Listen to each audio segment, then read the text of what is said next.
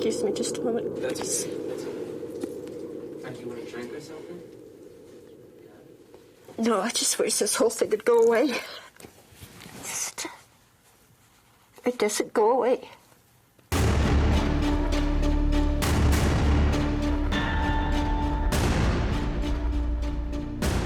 Most certainly the people who have this information, for the most part, would love to share it with their loved ones, to share it with their grandchildren, to share it with humanity in general.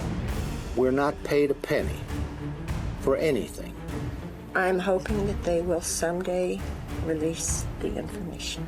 It's information of such great consequence that it's something that should be shared by all humanity. It's not something that should be limited to a privileged few within the United States government. The only reason we're doing this is to try and get as much of the truth out as we can while some of us are still alive.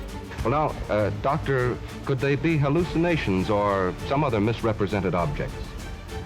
They could, but I am firmly convinced that such an explanation is not valid for all of them. It might be in few cases, but there is still remaining a solid block of very reliable, good observations which cannot be explained by such means. I think we are entitled to know what's happening in this world. We live in it. It's our world. Headline edition, July 8, 1947. It's getting to be a long-lost story. It's not going to be too long before there's not going to be anybody left that was alive in 1947. The Army Air Forces has announced that a flying disc has been found and is now in the possession of the Army. They just think that you're nuts if you talk about it, so... And I don't just generally talk about it, to anybody unless somebody calls and asks me to tell them what happened. It's not a source of conversation over coffee. If I didn't think the government was withholding information on the overall situation, I wouldn't be sitting here being interviewed, for one thing. It doesn't get any easier, because every time that I tell somebody about it, I feel like I'm 12 years old again. They might regularly land outside on oceans or in uninhabited parts of countries, but they might also not be ready to tell us. He said, I mean the rest of your life. We will find you. Tell us what actually happened.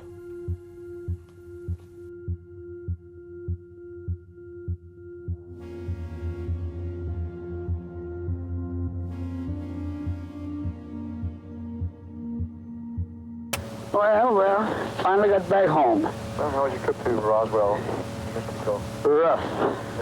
Oh, man, tiring. I'm happy to be back home, I guarantee you. Yeah. It's quite an ordeal. Spent all day looking for that ranch where we found the stuff. Uh-huh. We finally located it, but it's too late to take pictures, so we had to drive all the way back into Roswell. I tell you, I enjoyed going out there, but it's too hard on me. I'm getting too old for that kind of stuff. Well, you keep saying that, but... Yeah, but I got to the point where I couldn't even walk. I mean, it's tiring. We had trouble finding the place to begin with. Yeah. We searched the whole day for the place. But when I saw the place, I recognized it. Oh, yeah, that's good. So, the house where Mr. Brazil used to live, they renovated the whole thing. It's a boat, a Bogle who lives there. Mm-hmm. And he took over that ranch, you see. And he was very helpful. In fact, he took us right to the spot, and he knew exactly where it was. Uh-huh. So we were lucky in that respect. Yeah. And I walked over that entire area. Too much happening at one time. Uh-huh. But I did recognize the exact spot. Oh, you did? Okay. Oh, yeah. I took him to the exact spot where that stuff was found. But there wasn't any debris out there, I guess. Oh, no. Lord, that thing is vacuum cleaned. Uh-huh. There's nothing left. Roswell right now is composed mostly of retirees. Mm-hmm. It's a beautiful sight, the illumination around that place. Mm-hmm. But I really enjoyed that. So my trip was worthwhile anyway. Well, I'm glad of that. I'm very happy with it. Well, son? That makes me feel better, too. I tell you what, I'd love to live there again. Well, I would, too, And I spent quite a bit of time with Walter Hauptmann. I went to his art store, and we had dinner together Wednesday night, rather. So everything went okay. Well, I had a big time. It sure sounds like it. I'm very, very happy for you. It makes me feel better, you know. Takes me down out of my woman. Well, I'm telling you. Well, son, I'm going to let you go now. Okay, Danny. Well, look, I'll give you all a call next week. Okay, fine. Keep your chin up and have as much fun as you can. Okay. That's all I think to do. I'm trying to do it. Okay, bro. Okay, bye-bye. Bye-bye. I think there were 15,000 people living in Roswell, and 7,000 of them were out at the base. It was a huge benefit to the community. Now, Roswell was probably one of the most patriotic towns in the whole United States. They saved every tin can around. We scraped the tinfoil off of gum wrappers. We saved the string. We turned everything in for the war effort. And even 2 years afterwards, we were still doing it.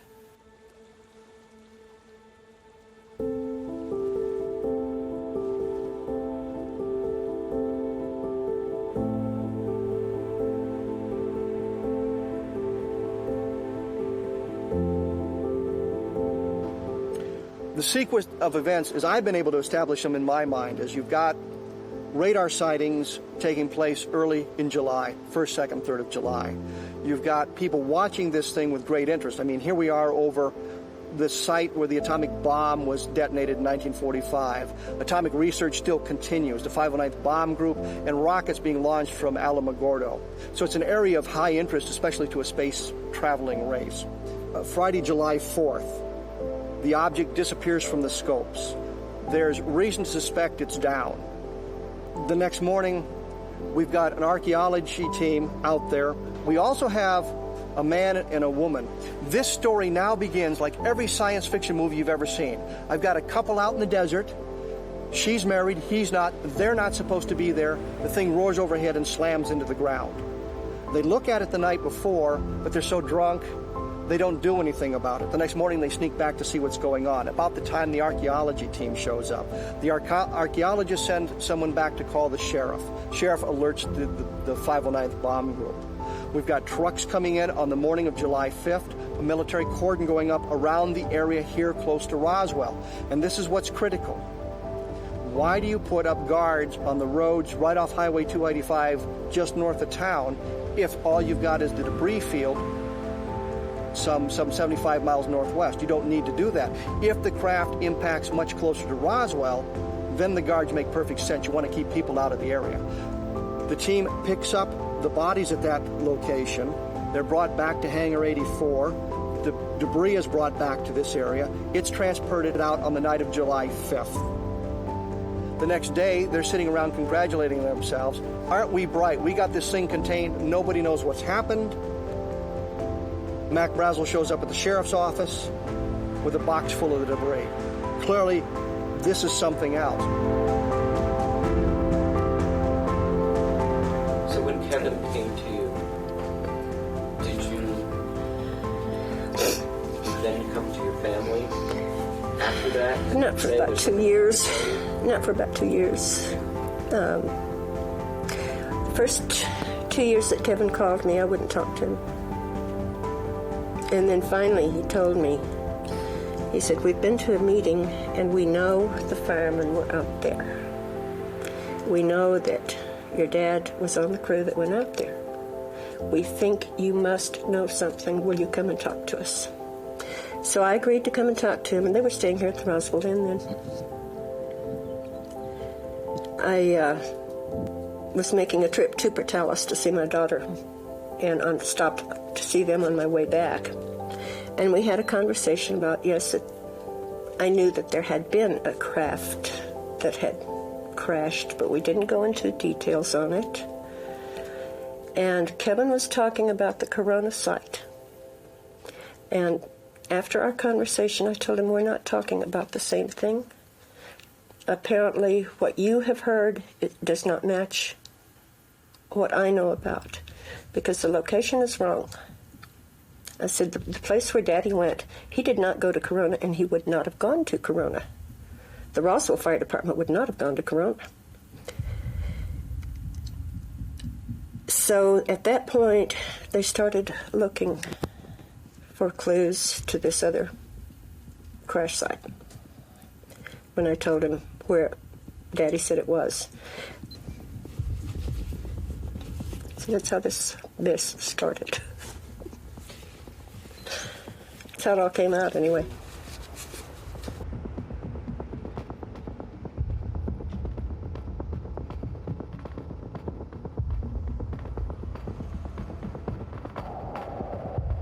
My name is Frankie Rowe, R-O-W-E. Thank you. I know you've probably told this story a million times, but if you could tell it as fresh as possible for our audience, that would be great. Just tell me what happened when your dad came home that day. The very first time that I heard about this at all. Okay. Daddy came home from work. They worked shifts of a type that they would be on duty maybe 24 hours or 36 hours and then off 8 or 12, like that. So we hadn't seen him for a time. And he got home that evening and he came in so excited. And I was in the kitchen with Mother. And he asked Mother, he said, I've got something I want to tell everybody. Get everybody in here. And she said, we're cooking supper right now. And he said, well, how long is it going to be? Because I've got to talk to everybody. And it was just my mother and myself and the 3 younger kids at home, and my other sister was working. So we hurried and we got it on the table and called the kids in. And he started telling us that they had gone on a call of what they thought was going to be a plane crash north of Roswell. And he said they got called out to Blackwater Draw. And when they got out there, what they saw was not a plane that was our plane, but he said it was a flying craft from somewhere else. Well, we didn't ask questions, but Mother asked all the questions, and we were just listening, and she started, what do you mean somewhere else? And he said, it's not an airplane. He said, it's not from this world. Now here on this map are pinpointed locations where some 30 saucers have been sighted and are still unexplained. The following proposition could be established. There actually have been and may now be present in the Earth's atmosphere strange aerial objects. Some are of a geometric order. Others can only be described as brilliant light sources. Their form cannot be determined. He said the crash was like the flying saucers that they have talked about, because there have been a few comments on the news about flying saucers. And he said it was one of the flying saucers crashed. And I don't think really Mother believed him at first. And he said, no, I mean it. We went out there early today, which I don't know what time that was, but early to him could have meant they left before dark. And he said when they got there, they could see that there were 2 bodies that were laying on the ground outside of this craft, and that there was one, what he called little person. And he said there's one little person that was walking around, and he said they were still alive. So she asked him, you know, what did they look like? Did they look like us? And he said they were very small, about the size of a small 10-year-old child. But the head looked like the little insect that we played with or that we saw around our house called Child of the Earth. We all knew what that looked like, so nobody asked any questions on that. We assumed that meant that the head was too large for the body, and it had no hair, and it would have large eyes.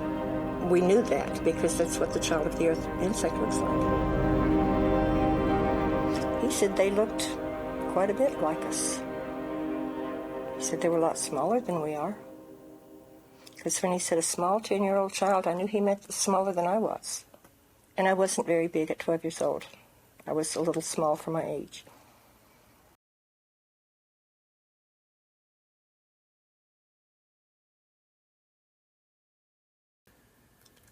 And he said that the other two were dead and that this one that was alive was very sad. But he emphasized and he kept saying, there's no need for us to be afraid. They're not here to hurt us. And he said, we couldn't help them. And he was more upset over the fact that they couldn't help this little person. And that's something he really felt badly, that he couldn't help this one that was alive. He said you could feel the hurt from this little person that was so saddened by the death of the others with him. And apparently they hadn't been there but just a few minutes, and he said the military came up and they made them leave. And so they went back to the fire station, and he said there had not been a grass fire, which would have been their purpose for going. And they thought there could have been if it had been a normal plane crash. I don't think Mother really wanted to believe it at first. And he talked about how could we be so smug to think that we were the only ones that God could create. If he could create this earth, he could create a lot of others too. So that was just a conversation over dinner that night. And then there wasn't too much said about it for the next couple of days. Then I was at the fire station one afternoon because I'd gotten sick. I had to see the doctor, and we only had one vehicle. So I went back to work with Daddy. He came home at noon and picked me up on his lunch. And I had gone to the doctor and was sitting in the kitchen part of the fire station, and I was eating a glass of ice chips. And a state policeman came in, and he yelled at Daddy. He said, "Hey, Dan, come over here." And he said, "Get all the guys. I want to show you guys something." The state policeman reached into his pocket, and he said, "I don't think you guys got to see anything like this the other day." And he pulled his hand out of his pocket, and it was closed up. He opened his hand over the table and dropped a piece of material that, when it hit the table, it was all wadded up when it left his hand, and when it hit the table, it spread out like it was water. And they were asking him, how'd you get by with this? And he said, well, he had helped with some of the pickup of debris, and he had managed to sneak that one piece in his pocket. He said, I don't know how long I'll get to keep this before I get caught. Because he said, everybody they catch, they're taking away whatever they've got. Last count, I had spoken to around 4 dozen people who handled various aspects of the debris. The most dramatic is the foil-like material that you could wad up in a ball and let it go and it would unfold itself.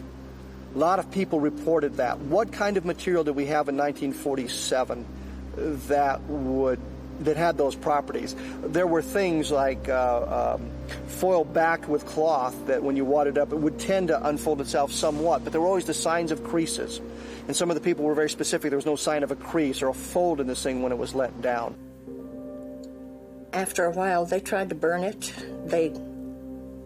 Almost all of them carried the old-fashioned lighters. They tried to burn it, and they couldn't burn it. It wouldn't catch on fire, and they took out their pocket knives, and they tried to cut it, and they couldn't cut it. So they got into a discussion as to how bad a force it must have been to tear this piece of material. And they talked about, whether it came from the inside of the ship or the outside or what, and of course nobody knew where it came from. And while they were talking, I guess they all had their chance to play with it for a while, and it was laying on the table, so I reached over and picked it up. And I played for it probably about 5 minutes.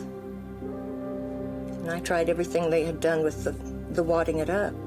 When you would wad it up in your hand, you couldn't feel it in your hand. You couldn't feel you had anything there. And it would go to a size that was so small that you'd have to look to see if it was still in your hand. and then when you drop it, it spread out all over the table. It made no noise, no sound of any kind. It was just like, it was nothing. It was like you were mashing air together. So it wasn't aluminum foil? Oh, absolutely not. No, we had scraped aluminum foil off of everything for the war effort. No, I knew aluminum foil. No, this definitely wasn't. I didn't realize the significance of it at the time. No, I just knew it was different than anything I'd ever seen before. So I forgot all about it after that.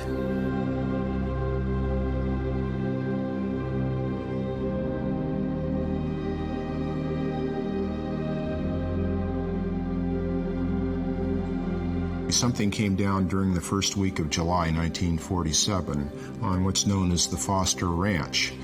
A man named Mac Brazel was the foreman of that ranch, and he was out checking his sheep. He found all this strange debris. He brought it by his neighbors the next day. They suggested he go into the sheriff with it. He went into Roswell, which was a big journey. This was about 70 miles northwest of Roswell. The sheriff, George Wilcox, called the local air base, Roswell Army Airfield. 2 officers were dispatched, Jesse Marcel Sr. and Sheraton Cabot, a CIC officer.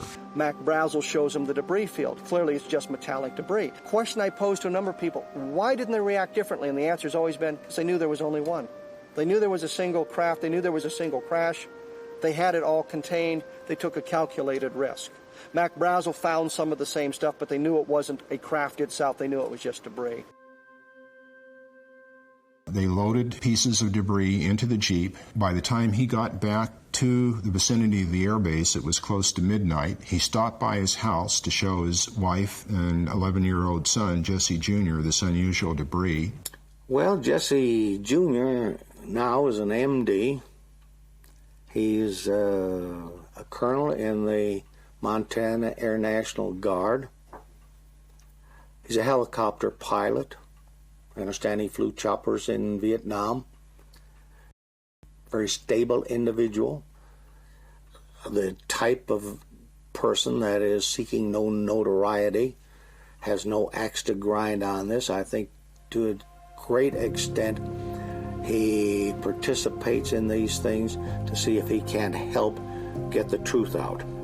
I think this is what a bulk of us are doing. We're not, we have nothing to gain by doing this. My father was on the intelligence team at the Roswell Army Airfield, and it was his job to look at what they thought was a crashed aircraft or crashed something out there out of Roswell. When he came in, he was very excited. He woke my mother and myself up at must have been 1 or 2 o'clock in the morning, and he wanted us to see what he was bringing in from the field. And he said, this is parts of a flying saucer, and it was all brought in and spread out on the kitchen floor, and we just looked at it. You know, I picked up this particular I-beam and held it up to my upper left to look at it with the kitchen light reflecting on the inner surface, and that's when I saw the writing or the symbols of some sort. I thought at first, this is hieroglyphics or some kind of writing like that. It certainly looked alien to me. Hey, I won't see it down here. You'll have to hold it up. Okay, well, yeah, just tell me what to do, because I don't know how much of me you've got in the picture or anything. This was developed with the help of Jesse Marcel Jr. and Kent Jeffrey. This is a replica of what was picked up off of the desert by Major Jesse Marcel back in 1947. The one I saw was probably greatest 3/8 of an inch in cross-sectional diameter, 12 to 18 inches long. Actually, the material that I saw almost resembled something that could have been blown out through the side of the craft, like there was an in-flight explosion just spreading debris or blowing debris out of the side.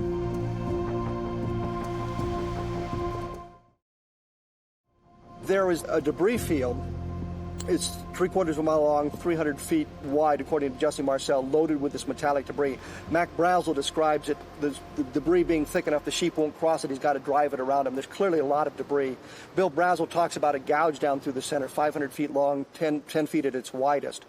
We don't pretend to understand the mechanism of the shedding of this massive amount of debris in one area and the craft impacting much closer to Roswell. It's a much smaller craft, 15 to 20 feet wide, maybe 25 feet long, more or less intact. There seems to be some sort of damage to it, and there was some debris scattered on the impact site itself.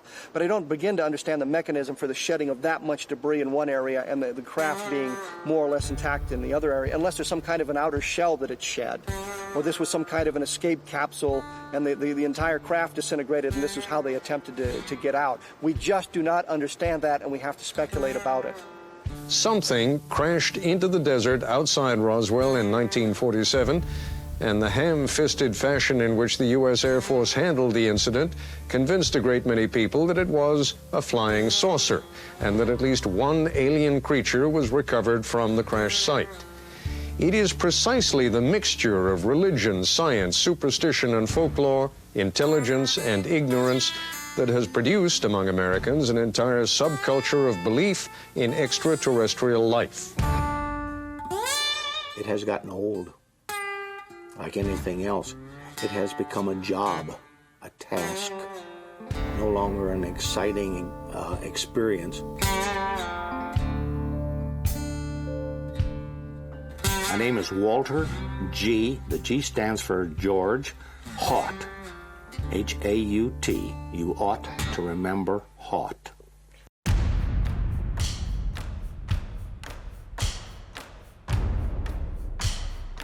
I'm not the only one. There are other people that have been involved in this that are in the same position. We're not paid a penny for anything. The only reason we're doing this is to try and get as much of the truth out as we can while some of us are still alive. You got to look at the age group that was out at the base at that time. So many of the people that have been doing the legwork, so to speak, were in their 20s. I was one of them. At the base, I was a crew member, navigator bombardier. That was my primary duty assignment. My secondary was as public relations officer for Roswell Army Airfield and the 509th Bomb Group. The 509th Bomb Group, incidentally, was a very elite group. It was the only atomic bomb group in the world at the time. The 509th Bomb Group was originally organized during World War II. Their mission was to drop the atomic bombs on Japan.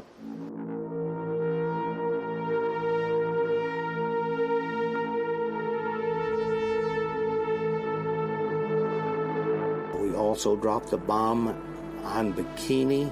The organization was pretty much of a tight-lipped organization. By the time you get to Roswell in 1947, it's the only atomic strike force in the world.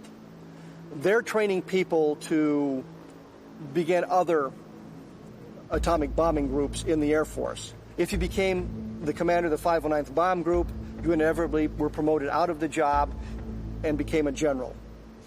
It was the premier group in the Air Force in 1947. Today's edition presents a roundup of the latest developments in the finding of a flying disc.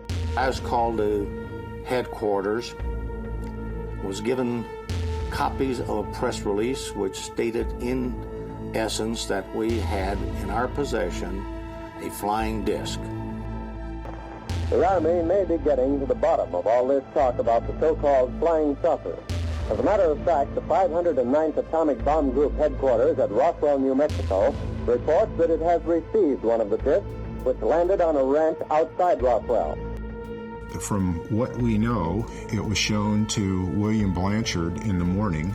About 12 o'clock at noon, a press release was issued by Blanchard. My father is a 30-year retired Air Force colonel, a World War II fighter ace, and he knew and worked with William Blanchard in the early 1960s.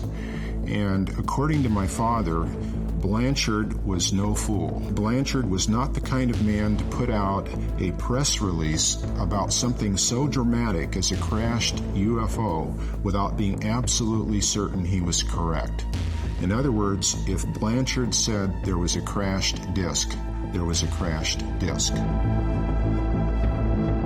Colonel William Blanchard of the Roswell Air Base refuses to give details of what the flying disc looks like. The media here was localized media. You had a radio station of 250 watts. If you were outside of town, you basically didn't get it. You had a second radio station of equal size. You had 2 newspapers. You could control the media very carefully. It strikes me as odd in today's environment to hear a radio station owner tell me that the FCC would call and say, if you broadcast a story, you will lose your license. And they don't tell the FCC to go play with themselves and broadcast the story anyway. They suppressed the story, and they were able to suppress the story. They were able to do what they needed to do to suppress it. This was a military town in 1947. The Army Air Forces has announced that a flying disc has been found and is now in the possession of the Army. Army officers say the missile, found sometime last week, has been inspected at Roswell, New Mexico, and sent to Wright Field, Ohio, for further inspection. We have the military moving in, cleaning all of that material up. Walter Haut issues his press release saying we've got a flying saucer. I was told to hand deliver to the 4 news media we had in town at that time. We had 2 radio stations and 2 newspapers. After I had lunch, I went back out to the base. First phone call that I got when I got back to the office was a fellow from London, England. His interest was, why did we put out the press release in the manner we did? And how did Major Marcel know how to fly this object? I had to explain to him that the press release was put out on the orders of the base commander, number 1. And number 2, Major Marcel did not fly this object. He took this material and put it on an aeroplane, and the aeroplane was flown forward.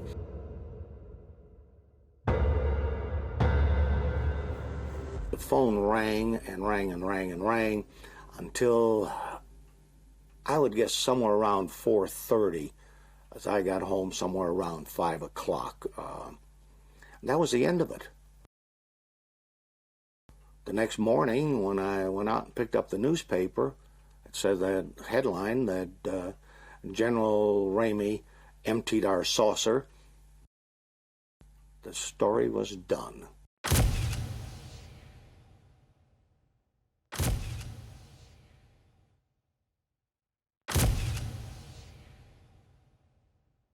Ramey says that so far as can be determined, no one saw the object in the air, and he describes it as being made of some sort of tinfoil.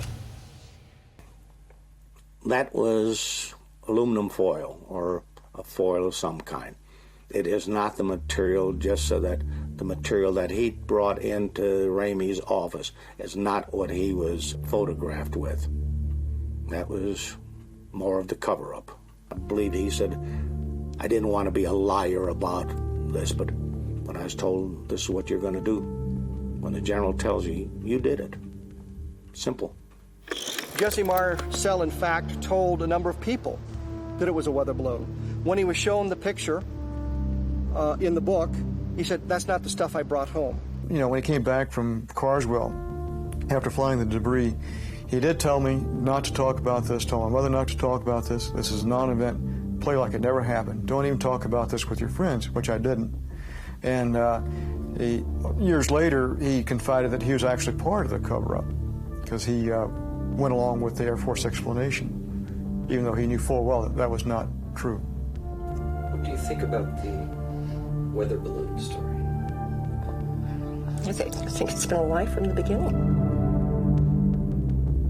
But they have to cover up some way. There was no weather balloon. My dad would not have gotten excited over a weather balloon. He was not easily excitable. And this is the most thrilled I'd ever seen him in my life. He thought that was the most fantastic thing in the world. Roswell was a brainwashed town. When the government said, It was not a flying saucer. There were no space people here. It was a weather balloon. The people in Roswell said, okay, it's a weather balloon. Roswell seems to be the first event like this because they were simply not prepared. So we've got a lot of interest in this area. The lid is slowly being shut down. And it's absolutely brilliant what they did. They announced they have a flying saucer, but they've already captured it. They've already got it. There's nothing to see, so nobody goes out looking for the thing. Then they shift everything to Fort Worth. The higher headquarters says, no, those guys made a mistake. It was just a weather balloon. The press can't find Jesse Marcel because he's in Fort Worth and he's been silenced. They can't find Mac Brazel because he's held at the guest house here at the base. All the people they can find, General Ramey. General Ramey is saying it's a weather balloon. Colonel Blanchard suddenly goes on leave on Tuesday. So you can't get a hold of anybody. Blanchard's gone, Marcel's gone, the rancher's gone. All you can get are official spokesmen saying, yeah, it's a weather balloon. Press has got nowhere to go. The story dies at that point. Nothing to go on. And everybody forgets about it until Jesse Marcel says, I picked up pieces of a flying saucer. So other than those people that had any immediate access to the material and handled it or saw it, the story was over. We had made a mistake.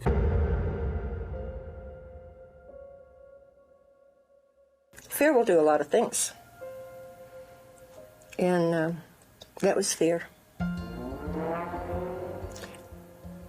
In 1947, it was much easier to intimidate a child than it is in today's world.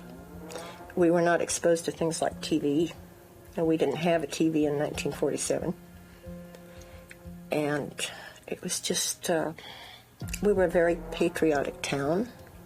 If we were told you don't do something for government safety, the safety of your country, we didn't do it.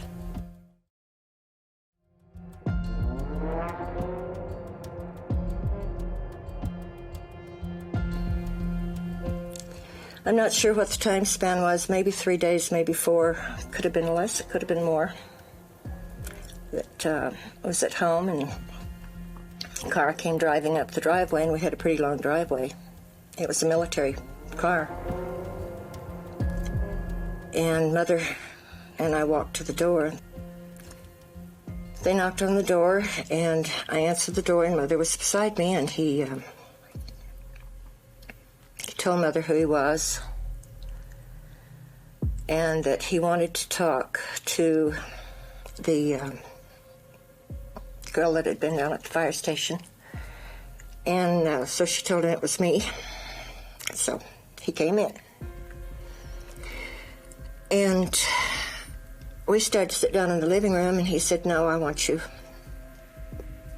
go in there in the dining room. You could see the dining room from the living room there. He told Mother to sit at the end of the table, and he told me to sit at the side. He positioned himself across the table, and he told us to sit down, and he stood.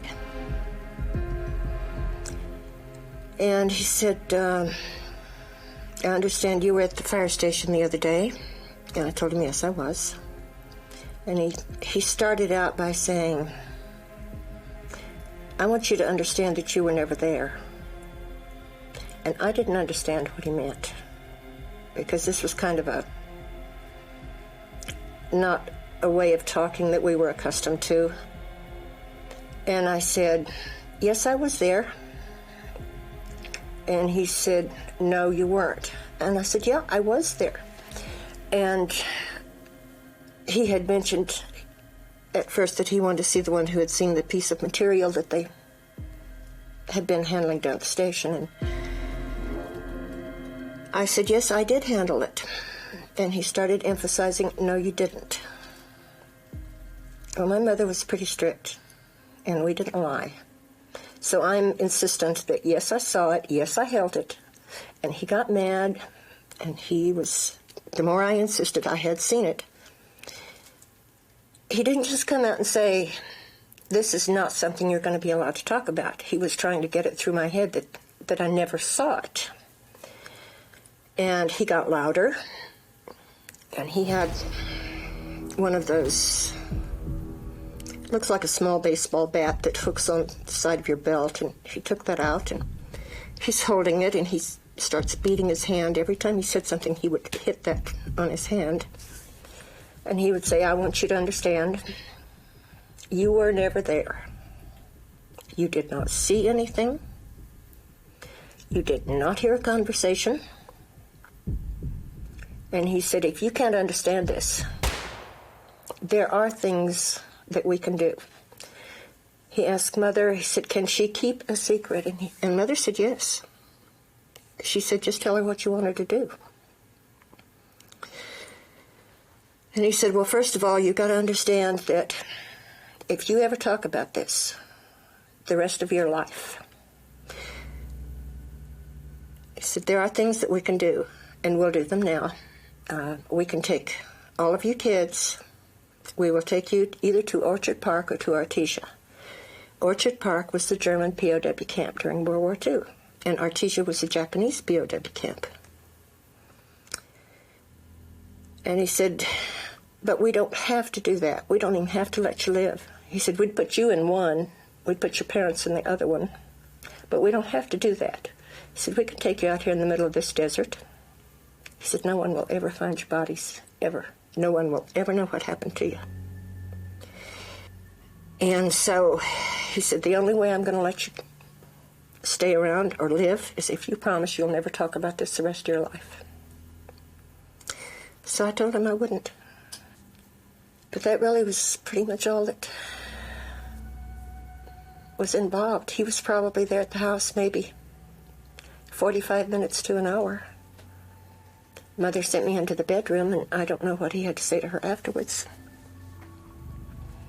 One of the other military police that was with him stayed in the backyard with the younger kids so they didn't come in the house while he was there. And I never discussed it again until recently. And I'm sorry, I just... Someday I will get over it, and I haven't yet. Your mother must have had a hard time explaining to you. Obviously, you were raised to be honest. She never talked to us about it, never. It was never mentioned again. From the time you came walking out of your bedroom? From the time I went to the bedroom until the day she died, we never mentioned it. There was no conversation. What about your father? I never talked to him about it either. I'm sure they must have talked to him down at the station. You must have gotten a good talking to. I imagine he did. Excuse me just a moment. That's okay. That's okay. And you want a drink or something? No, I just wish this whole thing would go away. It doesn't go away.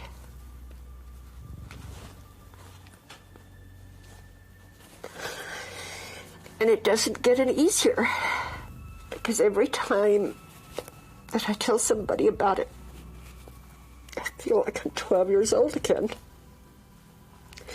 I can see the guy standing there with his sunglasses on, and he never took his hat off, and he never took his sunglasses off, beating his hand with that stick and threatening us.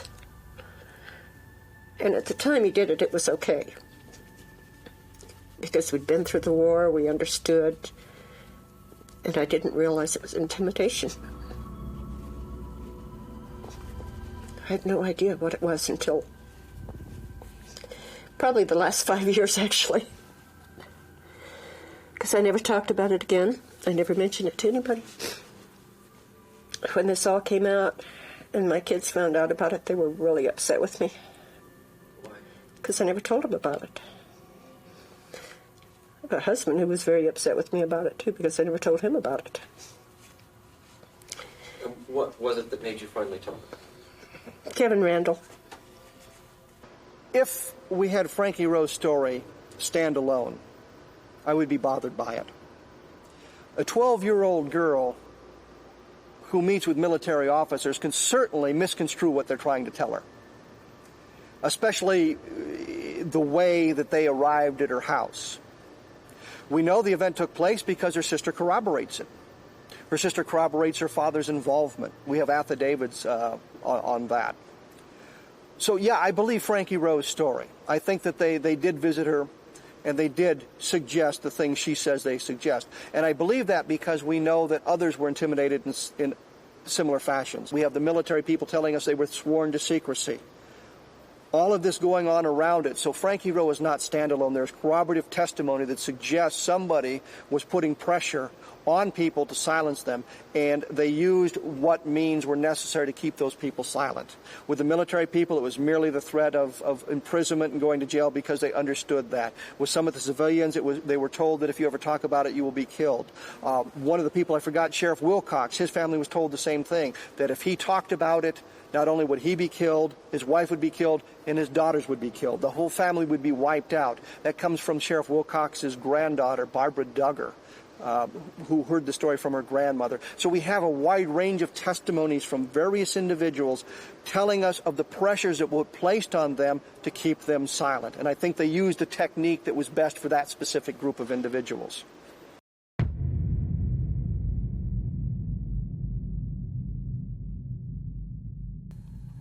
The material that was found out on the debris field was secondary to the crash of the actual object on the night of the 4th of July.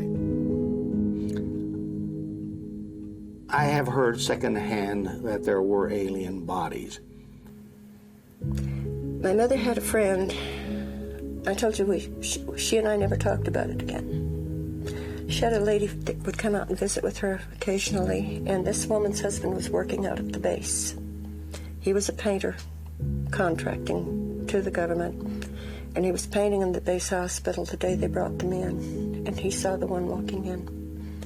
And I heard Mother and Eula talking about Herbert seeing the one that walked in, and that they brought others in on stretchers.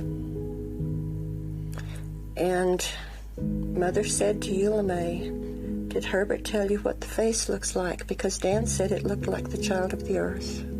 And Eula May said, "That's what Herbert said."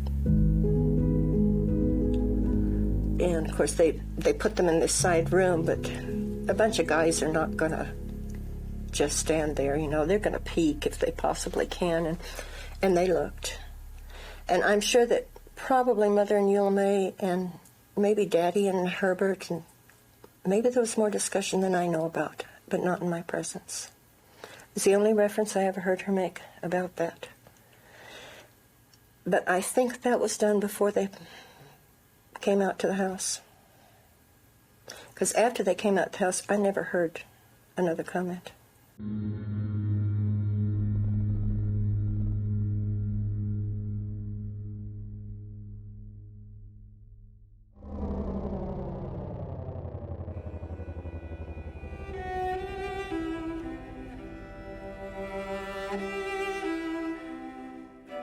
The U.S. Air Force is about to tell us what it says happened. We're going over to the Pentagon now, where Colonel John Haynes of the U.S. Air Force will tell us. Good afternoon, ladies and gentlemen. For some bizarre reason, the Air Force, which whenever you queried it about UFOs, said we have no interest in UFOs. If you feel threatened by them, contact the local law enforcement, decided they were going to reinvestigate the Roswell case. The conclusion of the first report left no doubt that what was recovered near Roswell, New Mexico in July 1947 was debris from a formerly top-secret Army Air Forces research project, codenamed Mogul. In 1947, they told us it was a balloon with a Ray 1 target attached to it. They then looked at their documentation and said, well, we told a little white lie in 1947. Instead of just being a normal meteorological balloon, it was part of the array train for what was then classified, the classified project, Project Mogul. Mogul was an attempt to acoustically detect Soviet nuclear blast and ballistic missile launches. The Air Force said that explains it. It's a highly classified project. The people at Roswell wouldn't have recognized the balloon. That's why it was covered up. We didn't want the people to get back to Project Mogul. Where this falls down is they have no documentation to prove what was picked up at Roswell was a Project Mogul balloon. The people at Roswell, Jesse Marcel, for example, the air intelligence officer, was part of Operations Crossroads, and we're told that the Ray 1 targets and the meteorological balloons were used as part of the atomic testing, so he should have been familiar with the balloons. So you've got a situation where they're saying these guys with their fingers on the triggers, if you will, can't identify a balloon and are so hysterically possessed that they claim it's a flying saucer. They didn't review the tapes of Louis Rickett, the counterintelligence NCOIC at the base, who saw the debris and commented on it. They didn't review the tapes of Major Edwin Easley, who told me that he couldn't talk about it because it was still classified 47 years later. Told me a number of times in our first conversation, I can't talk about it. I was sworn to secrecy. They didn't even talk to Brigadier General Arthur Exon, who reported that he flew over the two distinct sites, and reports the gouge. A balloon will not leave a gouge. So they didn't talk to the people I would think were key people. Instead, they talked to the people that are going to lead them directly to the Project Mogul explanation and let it go at that. They say this was a top-secret project, implying there was special equipment. It's a neoprene balloon and Raywind targets. Raywind targets had been used for 20 years. At first, they were used because they reflected the sun and they could track them visually much easier. Now they were adapted to radar use. Irving Newton said that he launched literally hundreds of them during the invasion of Okinawa. There's nothing special about these balloons, nothing at all. And by placing it with Project Mogul, we're implying that there was something unusual about these balloons, that there was something that would keep these people from identifying, but there wasn't. This is in reference to Charles Moore, who was the project engineer on Mogul. With respect to the neoprene rubber used on those meteorological balloons, and they were standard meteorological balloons, the idea that the Mogul array was something special or out of the ordinary is an illusion. But Moore explained to me the type of rubber, how thin it was. He actually compared it to a giant condom. He said it was very thin, and that's what it looked like. And my response to that was, well, if that's the type of material that this resembled, it certainly isn't anything that would have fooled any members of the United States Armed Forces. Therefore, this was not a Mogul balloon.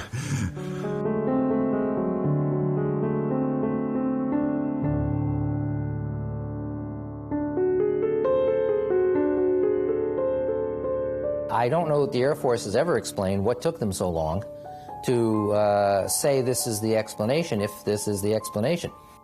When I sent the first request to the Secretary of Defense for a response about the Roswell incident in view of the fact that there were these accusations, essentially of a government cover-up, the response I got was a very terse letter that said in about a sentence or two from the Air Force, we referred your letter to the National Archives, and that's all it said. The National Archives then said, we don't have any information about the Roswell incident, which I was convinced the Defense Department had to know before they were sending me there. So in other words, I thought I was getting the runaround. They believe that the records, in fact, were destroyed more than 4 decades ago. So there's not an individual on the job now we can just call up and say, what happened to these records? And so the GAO has simply no further recommendations or ideas on how to go farther. The only records we're talking about being destroyed are communications from Roswell Army Airfield, 509th, only atomic bombing group in the world, out moving messages. How about the analysis of the materials? How about the autopsy reports? How about the eyewitness testimony from those who stood guard, those who carried it, those who tested at various government labs? There ought to be a ton of other paper. What happened to this? What happened to the one that was alive? I'm positive that there's information being withheld from the public domain concerning the Roswell event.